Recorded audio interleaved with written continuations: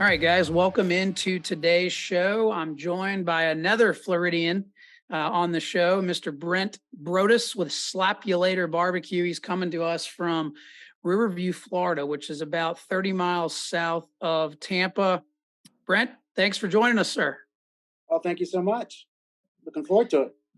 Absolutely. So, for our listeners, Brent and our team, Atomic City Smokers, are very close in terms of our age competing on the circuit.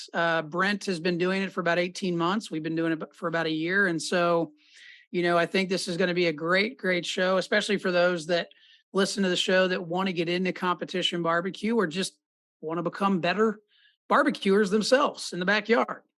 But the journey question is one that we always talk about on this show. If you've listened to it for a while, you know that I'm always fascinated with the barbecue journey because I think it's very interesting.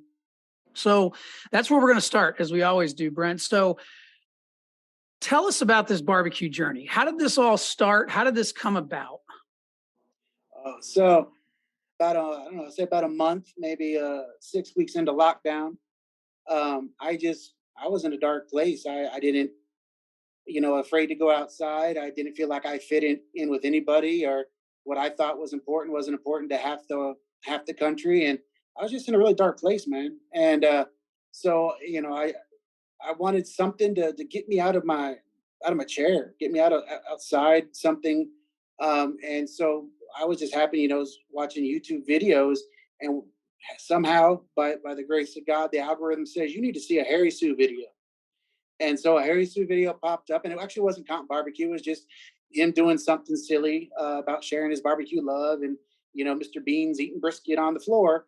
And I'm like, well, barbecue sounds kind of fun. I could probably do that or something. So I started the journey of looking for what kind of smoker I'd want or something like that, just to do in the backyard on the pool deck. You know, and I'm numb from the waist down. I fell off my roof, and broke my back. And I spent 7 years in a wheelchair, 5 years learning how to walk again on numb legs. And so, as I'm looking through all the different, types of smokers out there, I can't really use a drum. I can't bend over and load things and stuff like that. And same thing, trying to bend down and maintain an offset. But I stumbled upon pellet grills. Okay, I can jack them up if they don't come, where it's waist height. I don't have to bend very often. I can always pour pellets, at waist level. So I settled in. Pellet grill works for me. And through all that, I got hooked into the daily at the time during the lockdown, and those daily shows RecTech was putting out there out of at the Evans, Georgia, up there. And then what I found cool about it is not only were they teaching me what products, the difference, but how to use it, and how to make new things and how to tweak it, make it my own. Their little phrase, live your RecTech lifestyle. And it all just spoke to me. I'm like, get me out there or something. So I bought me a little 340, the smallest smoker they got. That's also the portable one. And so I set it up, and I just started smoking in my backyard, and it got me outside. And and like a lot of proud barbecue stories, friends, family, neighbors, because once you start cooking briskets and pork butts and ribs, just trying to new things and just getting excited about it, you got a lot of meat left, man. And so you're just like, hey, take this, and I continued to watch Harry Sue videos, and eventually, saw a couple about comp barbecue and stuff like that, which led me to search for actual comp barbecue videos, and a whole host of those popped up. And it's like, this sounds really cool. I want to try this. And my first was a non-sanctioned comp by one of my good friends now.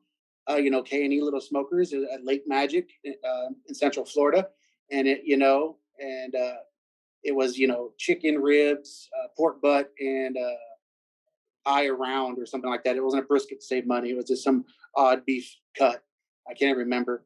And I came in first place in chicken. And so the second you heard your name call, I was like, this is amazing. This is the best drug ever, hearing your name call, man.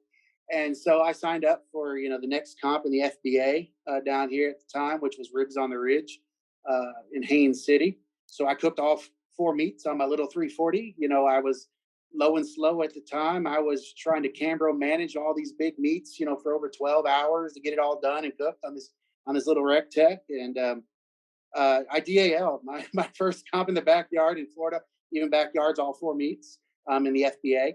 And so, but, I was, out of sheer luck, I was placed next to Jim Elser, a Sweet Smoke Q. He was my neighbor. Across from me was Tim Malloy, the Backyard Bros.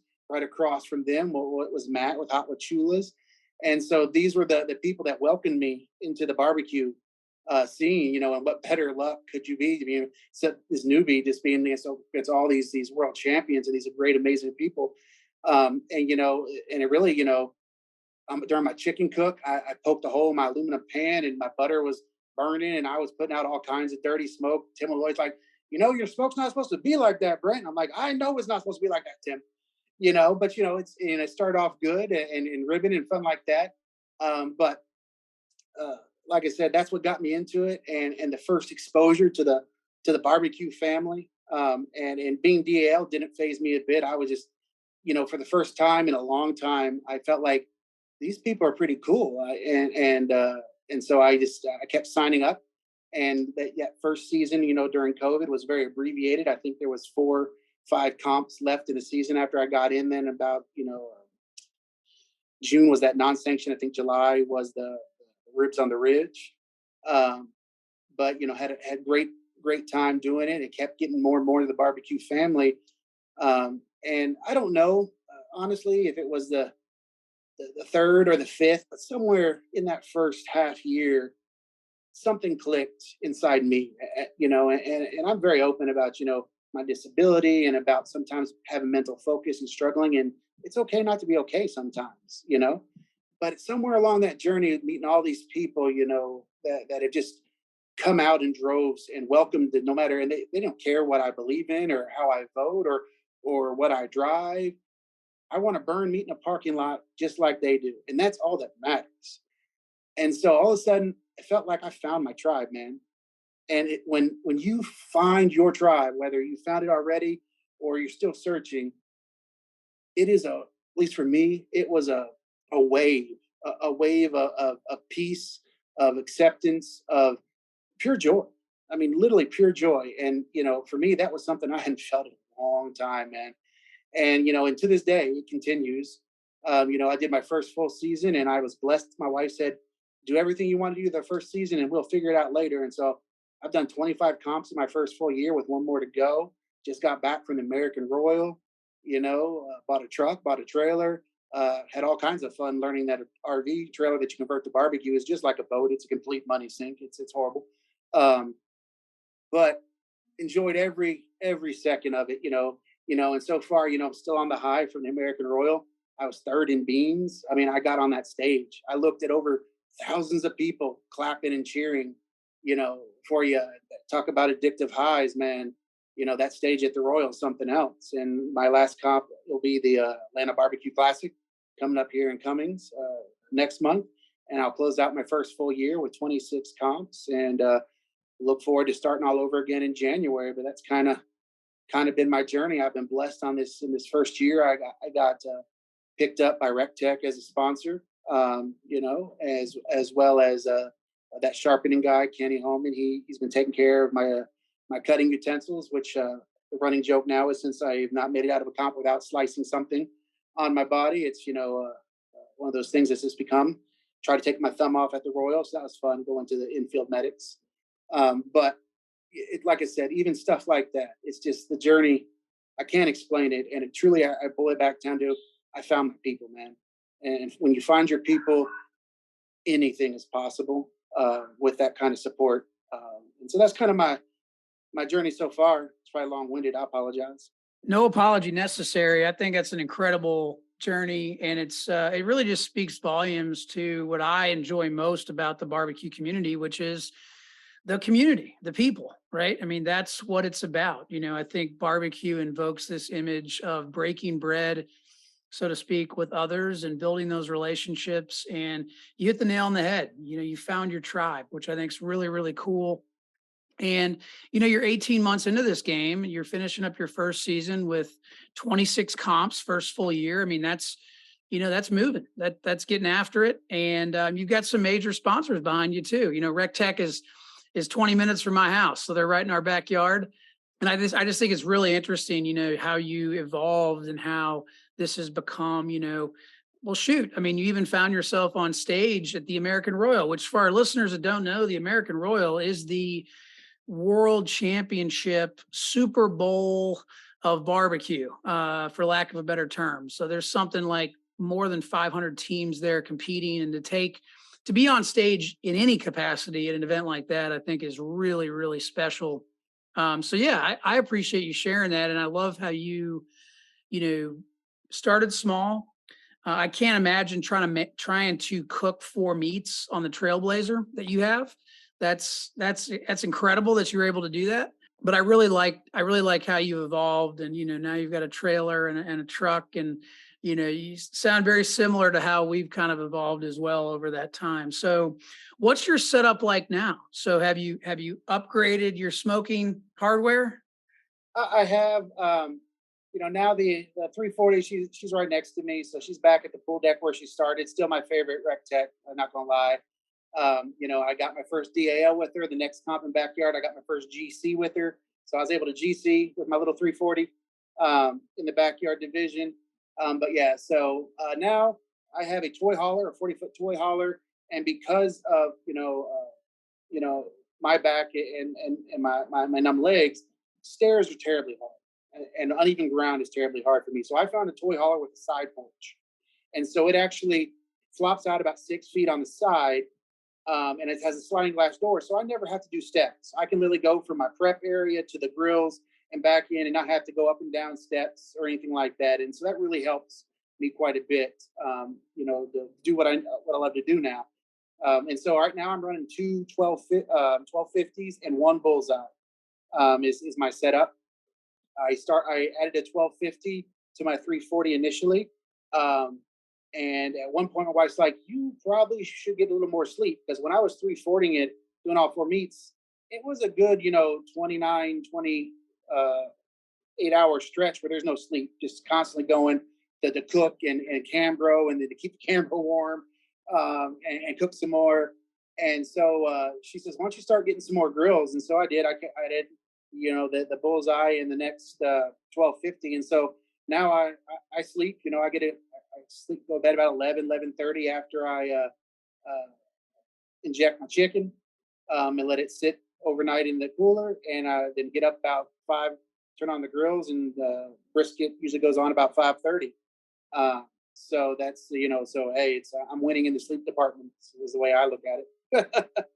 Well, that answers my next question. So it sounds like you're more of a hot and fast cooker.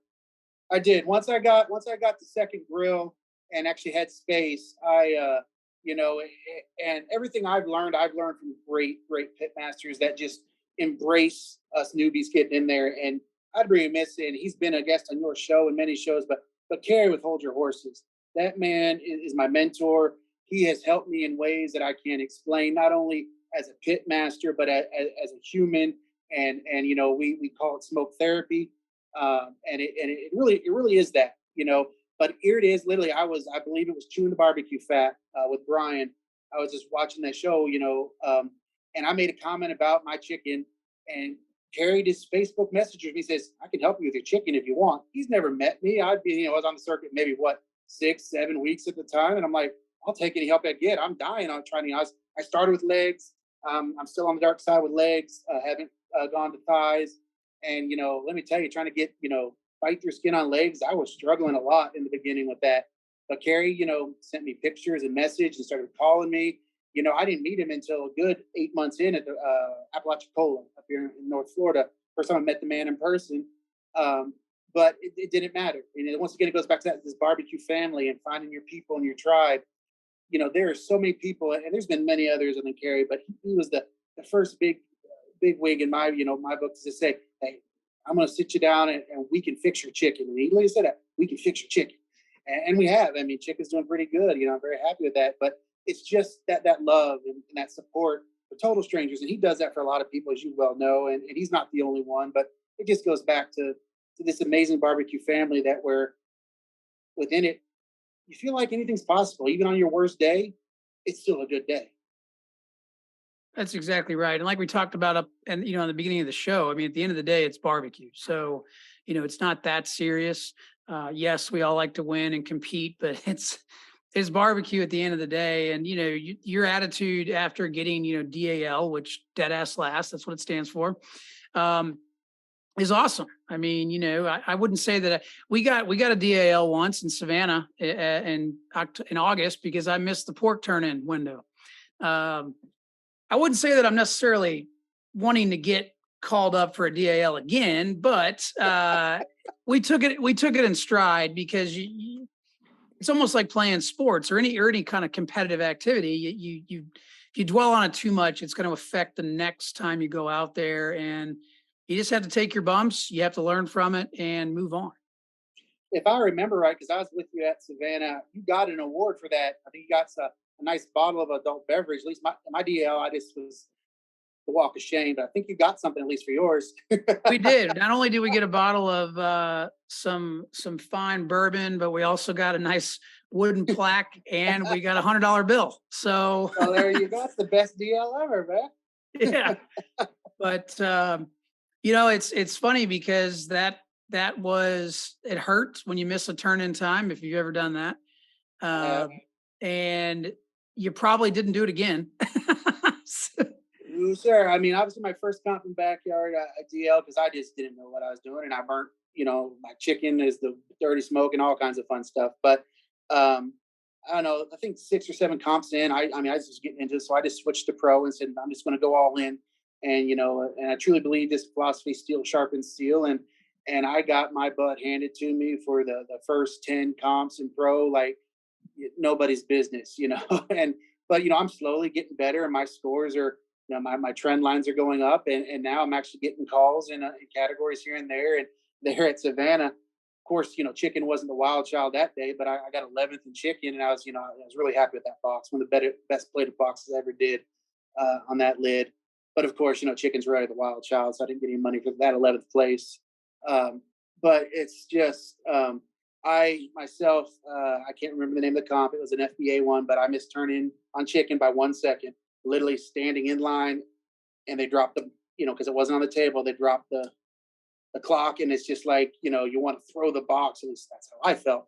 Didn't throw the box, just walked back, started giving, hey, have some chicken, but you got to get back in the game. You got 3 more turn-ins to go and complete it. But now, and the reason I missed turn in for that one in chicken, I was trying to make it perfect. I was like, oh, there's a little spot of sauce here, spot of sauce there. You know what? I probably would have lost very little points for that spot of sauce. I lost a lot of points for a 0 in chicken turn in. So absolutely. So now, sometimes the boxes go where it might not be perfect, but I will never miss a turn in again. No, sir. Absolutely. Now, are you doing mainly FBA, or are you doing some KCBS as well? um, I say I started the FBA, and lately I've been doing a lot more KCBS. And next season, as I'm planning it out, I think I'm gonna be a little more heavy KCBS. They're coming down here in Florida, and there's 6 comps in the first 8 weeks of next year that are KCBS, and so I'm looking forward to doing all those. And there's only like 3 FBAs, in that same time frame. So I have a feeling if it's not 50-50, it might be a little bit 60-40 KCBS for me in my next season, just because honestly I used to fear them, but I kind of like making the green boxes. They're pretty, and I feel we get a little more consistent judging with a drop score. In FBA, there's no drop score, so if you offend one person, you are pretty much in the bottom half no matter what, type thing. And so it's a different style, but I actually find myself leaning more towards KCS. I just get more enjoyment in that process. Plus, the 30-minute turn-in windows in FBA, it's an hour. I'm finding now that's a lot of time. I'm just sitting there, sometimes just waiting. In KCS, it feels you keep on moving. I kind of like that pace. Wouldn't mind 45 minutes. I think 45 minutes personally for me would be the sweet spot in turn-in windows. But I do. I just feel like the rhythm in my KCS timeline, I really like that a little bit more right now. So you touched on a couple differences, and I wanted to camp out on this just for a second. So you touched on a couple differences between KCBS, FBA. Number one, FBA has hour turn-in times, whereas KCBS it's every 30 minutes. You also talked about the judging, where they drop a score with KCBS, but in FBA they don't. What are some of those other nuances or those differences? Because I've never cooked in FBA, So I'm not too familiar with it. But are there any other differences that would be helpful for listeners to know? Oh, absolutely. In FBA, there's no garnish, and Okay. so your box is all meat, and you don't want to show white. I mean, just like you want to present the best you can, and you don't want the most of the time they're white boxes. Every once in a while, we get black boxes, and I personally like the black boxes because you don't have to clean them as meticulously as white boxes. But so when you're throwing your pork box, either you're filling it, full of pulled or chopped or something as a base, or a lot of money muscle slices, or something to fill that whole base up, and then you're putting other pieces and cuts on the top. But your judges are taking, from the bottom. They're everything in the box is sampled, just like in KCS. But so when you're filling that box, and some people might put chopped brisket at the bottom of their brisket boxes. Well, that chop better be just as good as that those burnt ends or those flats, because everything's getting tasted. I'm also, I went through and I'm a judge for FBA and KCBS, so I've judged as well because when I got into it during lockdown, there was no judging classes being offered. But one of those things everyone can say, you need to take a judging class so you know what the judges are looking for, and they're right. I mean, I have learned and I enjoy my judging experience, looking at different boxes, looking at different profiles, and how a balanced bite versus something that might have a little too much pop of spice or too much sweet or something like that. So it's really helped me, with my profile being a judge as well. But that non-garnish, you're putting a lot of meat. I mean, sometimes it's a 3-4 pound pork box to fill that whole thing up, and so that's one of the bigger differences.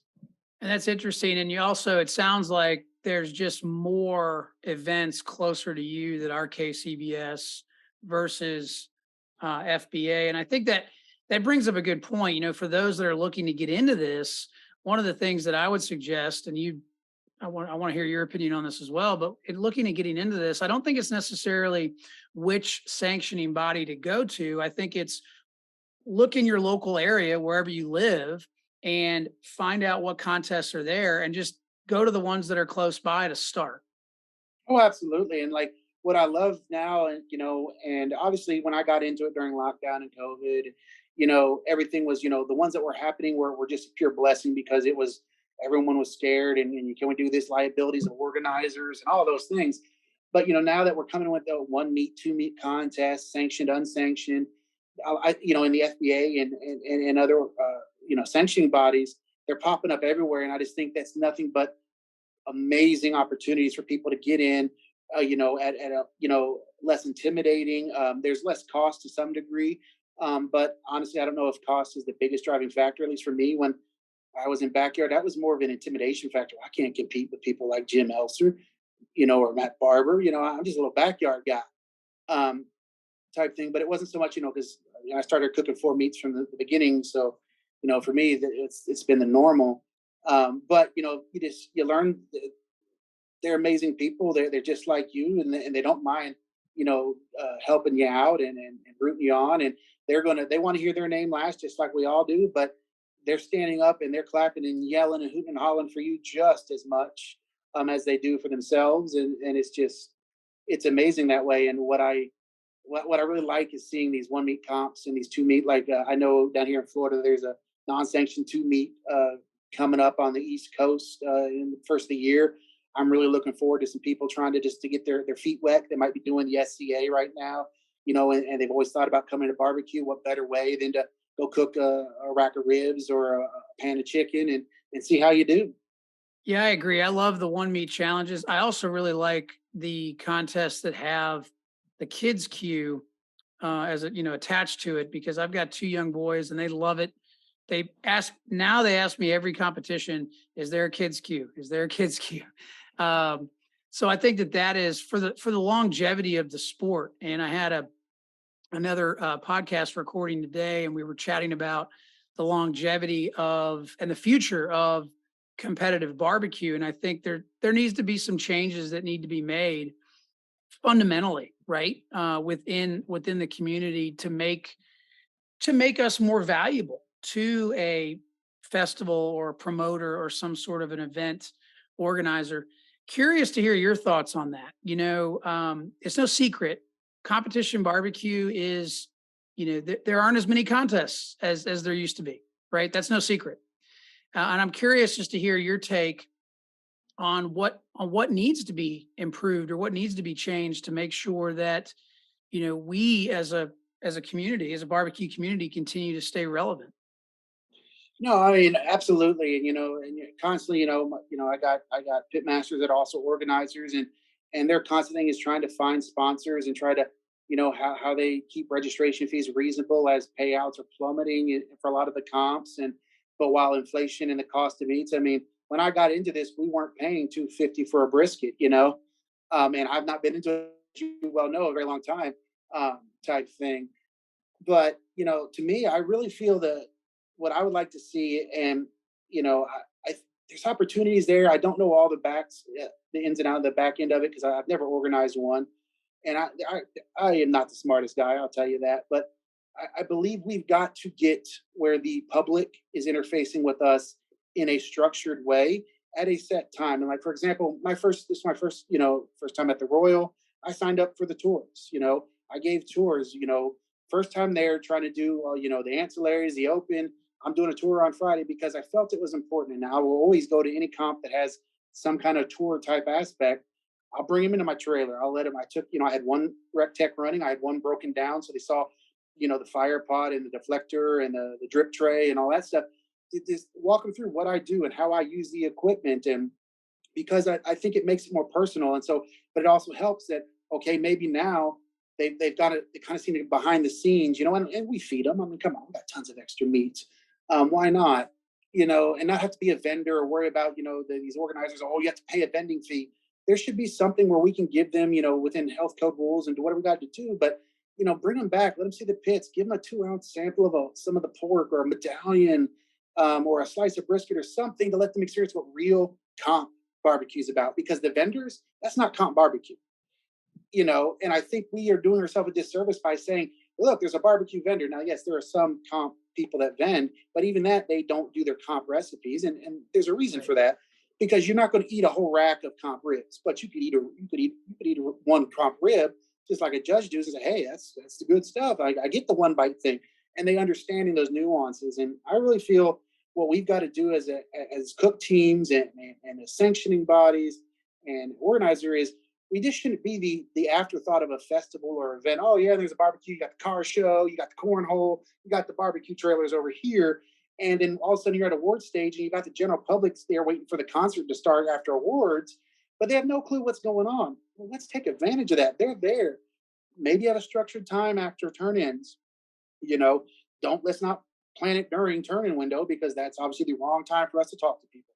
Um, and they wouldn't like us if we were talking to them most of the time because we're all hating what we're doing and think we're the box sucks. It's just the common thing. Oh, we always think our box sucks. you know, but afterwards, bring them in. And we got leftovers here. Have a sample, not to sell, not to do anything. Just taste this, taste that. They look at our pits. A lot of people, are cooking in front of their trailers now, so they don't have to come in like in mine. I don't mind coming in to see my side porch, but they don't have to come to their trailers. Right there they can look at their drums and stuff like that. I think there's an opportunity that I would love to see. We redo this people's choice thing. I really am not a fan of people's choice because you cook a pork butt, whether you pay your $25 and then they sell tickets or they give you the pork butt and they're selling tickets. But once again, that is a barrier between the public and what we're producing. Why not, if you want to have some kind of competition or something like that, once again, have them go to the cook sites during this window, have a passport of barbecue, get samples, vote for the best, maybe every comp they pick ribs or chicken or pork or brisket. And it's essentially people's choice, but it's a rotating thing. And they draw it out in that cook's meeting. Everyone knows, all right, the people's choice is going to be sampling your brisket when they come around between, I don't know, 2 and 3 that day or what have you, something like that. I don't know. But to me, I would love to see something like that because I think once we get the public invested truly in what we're doing, one, we can spin off passion and they might want to get into it, but even they can help support us. But maybe now when they see an ad for Barbecue USA or something like that, well, yeah, I remember I took a trailer view of the trailer and I saw this, and maybe I'll watch that show now. And it turns into ratings, which turns into more seasons, which turns into more exposure, more sponsors wanting to sponsor competitions again.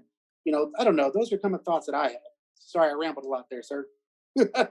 No, that's great. I mean, you said so many great things there. I'm going to try to unpack that. Number one, you hit the nail right on the head. At most festivals, I'm not going to say all, but most, the competitors are really an afterthought. You know, prime example, the one that I was at this past weekend, 30 minutes from my house. It's the band BBQ in Grovetown. Great festival, lots of music, vendors, you name it. And all the barbecue teams were just kind of off in their own little area. And I understand. I get it. There are teams that just want to compete and they don't want anything to do with the general public. I get it. I respect it. I don't agree with it, but I get it. To me, though, not having that interaction with anybody, literally, I mean, there was nobody walking around. It almost took away from the event. I mean, I like to interact with people, and we are very much like you. And that, hey, we'll share. Come on in. Come see our 14-foot trailer. I mean, we don't have anything great, but I think it needs to be more personable, like you said. And I love what you said about people's choice, because people's choice, in my opinion, is really just a lazy answer. I really think it's just a lazy, easy button, so to speak, of, hey, we can't really figure out anything, so let's just do people's choice. I love the idea of having scheduled tour times. I think that's one of the best ideas I've heard, because I think that alleviates the anxiety that teams get when they don't know when people are coming by. If they knew, okay, you're going to have tours I don't know how they did it at the Royal, but you're going to do tours from 9 until 10, and you know uh, 2 until 4 or whatever. I mean, I love that, because it does encourage that participation. It encourages that relationship building that I think is really, really crucial to the industry as a whole. So yeah, you know, I, I I couldn't agree more with what you said. I mean, I think you and I are on the same page there. And I'm not the only one that notices this separation, and I think that obviously there's two camps to this. There's two sides to every story. But I think if we're really thinking about the greater good of the community, the greater good of barbecue as a family, then I think we all have to be on the same page about, hey, how do we continue to make this more accessible to the public? How do we offer more value to a promoter, to an event organizer? Why have a competition if the teams are all in their trailers and they're not talking to anybody and nobody can see them and they can't eat barbecue? I agree. There's got to be a way to work through the various DHEC codes and find a solution there.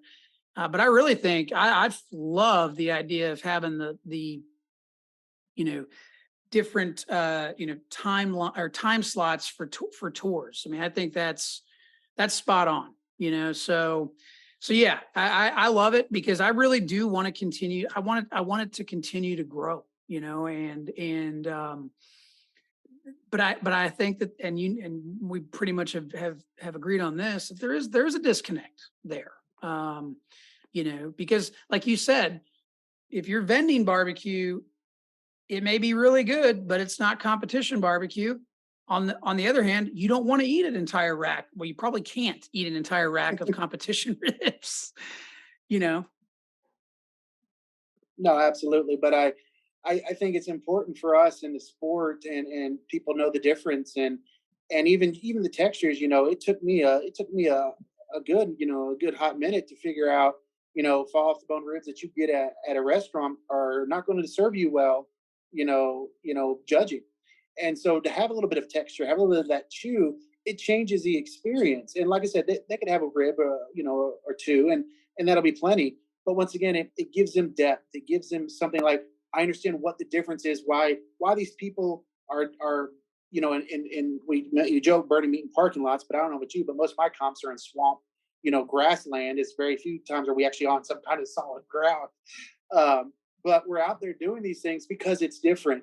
If it was the same as what we put out in restaurants, I don't think we would be doing competitive barbecue, because what's the point? It's different for a reason, and it's a completely different mouthfeel, different profile, and it's enjoyable. It's not something that you're going to sit down at Thanksgiving and eat a whole bunch of. But it's that, whether you think of it kind of like what we do with tapas and that type of things, it's an experience. And I think we're missing the boat on giving our craft or letting our craft be tasted by the masses, um, in our current structure. And it's just this, we're siloed. And to me, as whatever this new normal that we're coming out of and working in, we can't expect sponsors to be dropping very, very limited, promotional dollars, where it's hard to say, oh yeah, we want you to support our barbecue comp, but the general public never talks to us.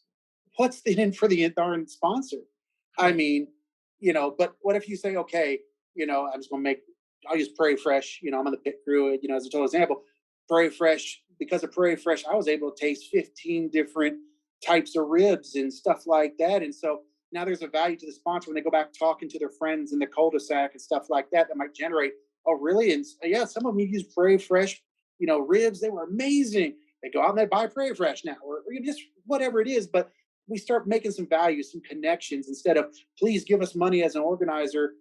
But yeah, the public doesn't interface except for maybe in a blind people's choice, which, as you and I are in agreement, is pretty much the lazy way to do nothing.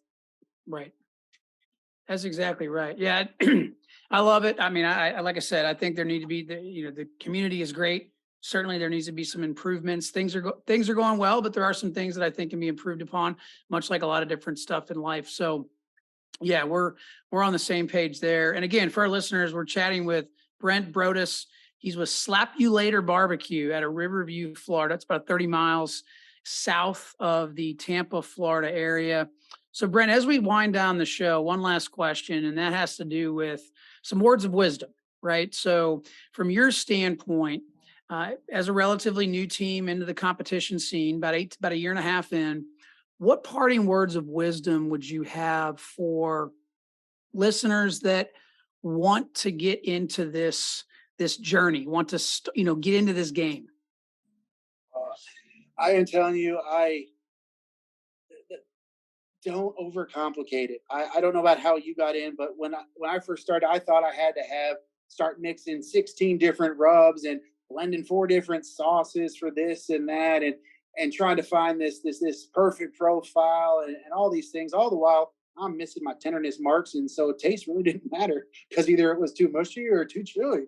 And so I really think what I would say is find you some rub that you enjoy, you know, to get you started. Don't buy 15, 16 different bottles. You don't need 15 or 16 bottles. I'm here to tell you, I'm the guy that bought 15 or 16 bottles, and most of them now still on my shelf, type thing.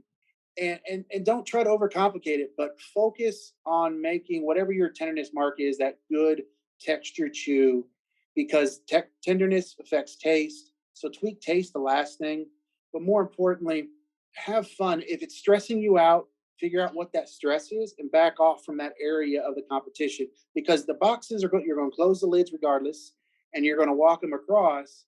But if it becomes a job to you, I to me, I don't I see we lose value in that. I don't understand why people stress so much about these things. So I really, we can do the keep it simple, stupid method and not overthink things. When I let off, as far as like, I don't know the best way to explain it. I had this own tight grip on myself when I was first starting out. I was renting RVs. We were packing up. Had this 4-page checklist of everything we had to be there. Used maybe 20% of what we took every. But it was such a stress for me and my wife to get us to a comp. By the time we got to, I was so wound up. It took me 2 or 3 days to unwind, and then we're packing up to leave again because and so to me, starting out, make sure you're relaxed, make sure you have fun, find the joy.